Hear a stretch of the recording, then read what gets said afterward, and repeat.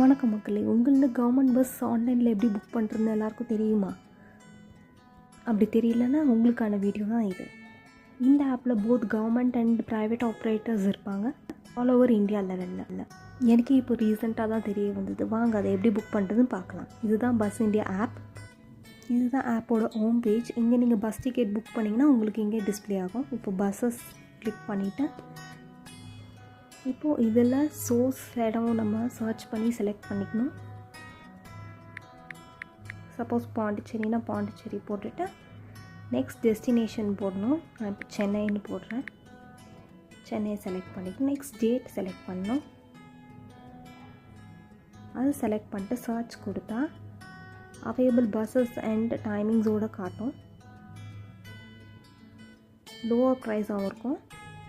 இப்போ நம்ம அதை செலக்ட் பண்ணிட்டு நமக்கு எந்த சீட்டு வேணுமோ அதை செலக்ட் பண்ணி